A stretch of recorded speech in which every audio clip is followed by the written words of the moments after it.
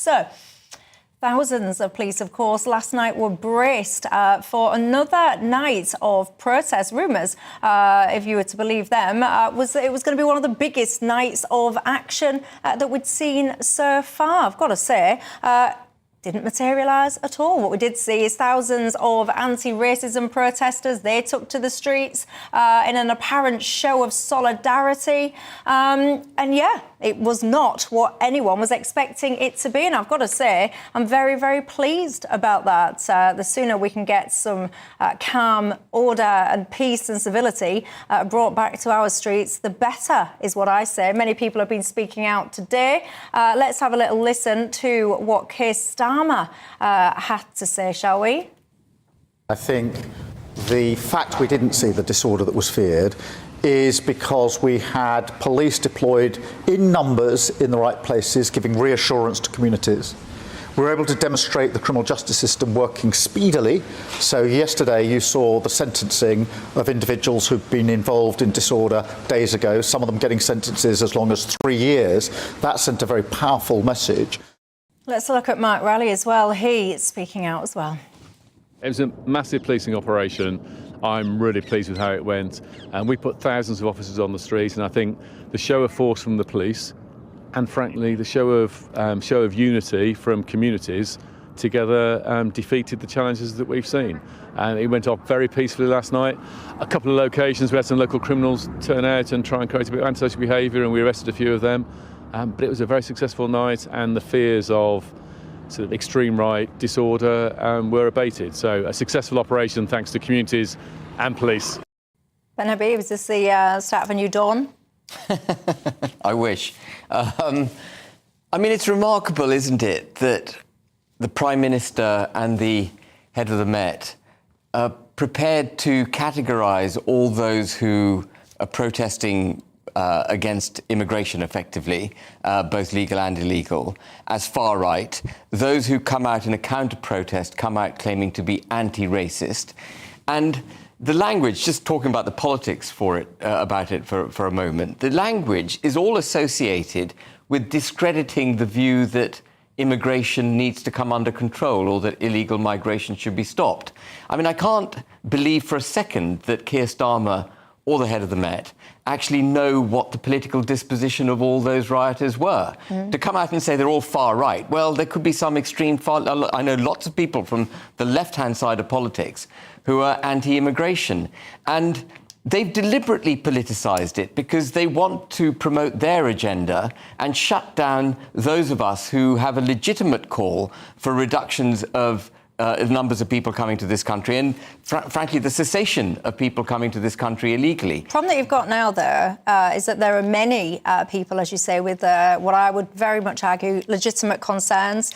That has all been overshadowed now. Absolutely. By criminals doing things like setting fire to libraries, setting fire to hotels with people in there, battering cars because they've got brown people in there, so on and so forth. What they've successfully managed to do...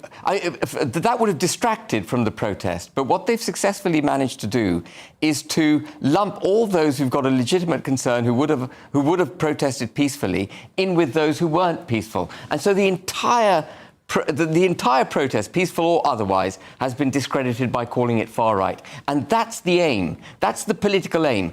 And Keir Starmer is the first one to point the finger at people who politicise difficult events. And he's just done it. That's exactly what he's done. And what he should have stuck to was the language you used, Michelle, where you said there were criminal elements. Of course there were criminal elements. They should be arrested, they should feel the full force of the law. But they're the criminal elements. And it wouldn't have undermined the protest. He's politicised it to undermine the protest. And I love the way that I don't love it, I loathe the way that they call the counter-protest anti-racist. You know, while they're singing From the River to the Sea, for example, at those anti-racist protests. I'll show you something else that was apparently going on. There's so-called anti-racist protests as well in a minute. Anyway, Tom, your thoughts? Well, Michelle, just to echo your comments, I think we can all be relieved that there was no sort of violent disorder on our streets last night. I think it's just worth actually reminding ourselves that I think the only arrest that's been made overnight actually is of a Labour councillor that he's alleged to have incited murder through the comments that he made on social media. So I think that slightly goes against... No, hang on a second. I need to just bring the facts into that. I mean, you can see the video because this was very widely shared. In fact, look at it for yourself, actually. They are disgusting, nasty bastards, and we need to hold their throats. Yeah. I mean, you know, that's a Labour councillor there, as you will have just heard in that video. He's been suspended and has been arrested, hasn't he? I understand. But I mean, my point really, in terms of that particular case, was just really to That's at the so-called anti-racism, nice, kind, decent other side of the argument. Go on. But it was really just to push back on Ben. Push back on Ben? Push back on Ben respectfully, in the sense of, you know, he talked about, well, they are trying to politicise this. It's all about labelling the far right. And while I would agree with you, you know, frankly, there's far too much of a use of these labels. We do have serious concerns in this country around levels of both legal and illegal migration, and those millions of people should not be put into that far right label. But equally, you know, it's clear we've got overnight, for example, you know, we've seen disorder and pretty unsavoury language coming from the streets of so-called anti-racist protesters as well. And so I saw all kinds of awful stuff going down in Croydon. Did any of you see what was occurring in Croydon? That was regarded as antisocial thuggery. That's one way of putting it. I don't want to actually gloss over, though, the fact that this Labour councillor has been arrested. I think this is really quite interesting because I can show you the tweet, actually, from Met Police there. And I thought this was quite interesting. They took the step of retweeting the clip that I've just shown you. Look, this is Met Police on Twitter now. So they actually retweeted that clip, essentially, or quote tweeted it, whatever you want to call it, and said, an update, officers have arrested a man aged in his 50s at an address in South East London. He was held on suspicion of encouraging murder and for an offence under the Public Order Act. He's in custody at a South London police station. Now, obviously, because he's been arrested, I do need to let due legal process take, its kind of process there. So I won't really comment too much on that. You can all see that with your eyes and your ears. What I find fascinating, though, it's the amount of people. These are supposedly the good ones, obviously. I mean, Ben's just been saying to you, one side of the argument's constantly called far right and all the names under the sun. These guys, counter-protesters, anti-racists, the nice guys, apparently, they're all applauding that. Did you see that? I did see that. Clip? Can I replay that clip, just in case anyone is hard of hearing or seeing? I shall just play that clip for you again now. But what you'll see is the fella there talking about essentially slashing the throats of people that essentially disagree with you. And then you've got all people... can I play this again?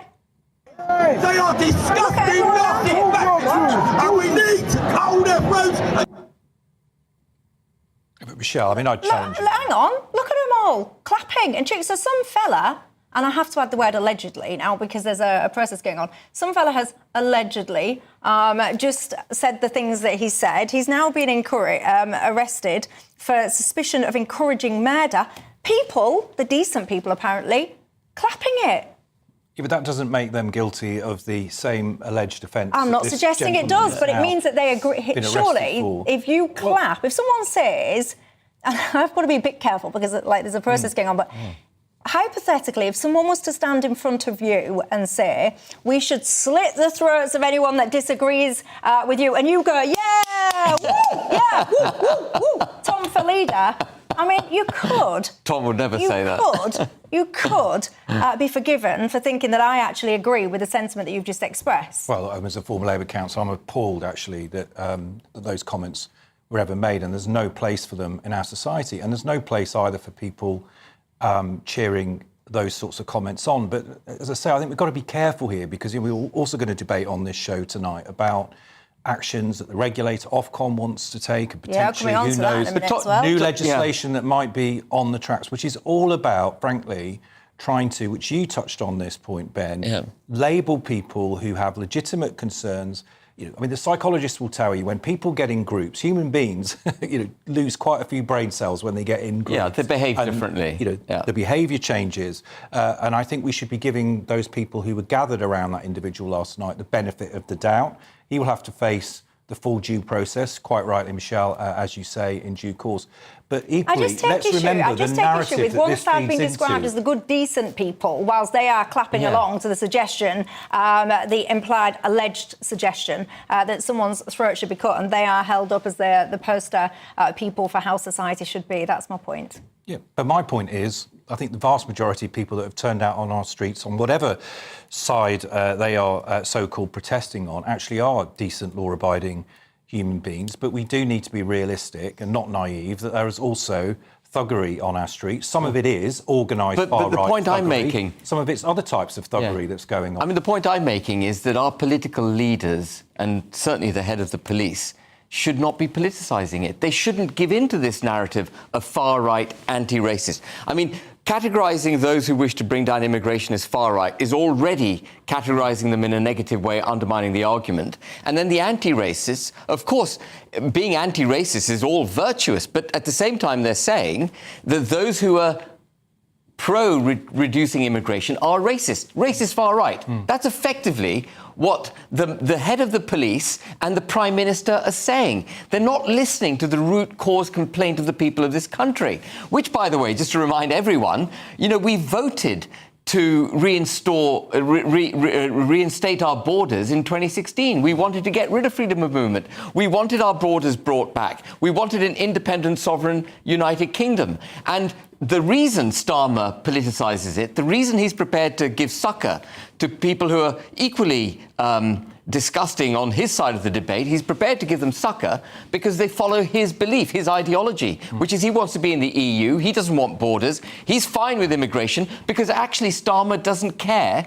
And this is going to sound offensive to some people watching the programme, but I don't think Starmer and people of his disposition care about the nation-state that is the United Kingdom. They've got some other kind of global construct in their head that they're championing, and they're not looking after the United Kingdom. Well, I've got to say, I mean, you know, there's certainly no messing around when it comes to law and order on these situations, because the last count, there's about 150 odd people now that have been charged for their criminal behaviour, taking part in those riots. What I found interesting, we've heard all this kind of narrative that these are essentially the far right that have been bussed in from different areas. They've travelled to these areas to cause trouble. Well, 80-odd% of these charges, when you look at the location, apparently, they're from less than 5 miles away from where the disorder took place. So these are quite local people. One of my viewers yesterday asked the question, if you're local and you're on the streets because, for example, you want your country back, that's what some people chant. She says, why would you want your country back only to set fire to it? It makes no sense. You're absolutely right. It does not make any sense.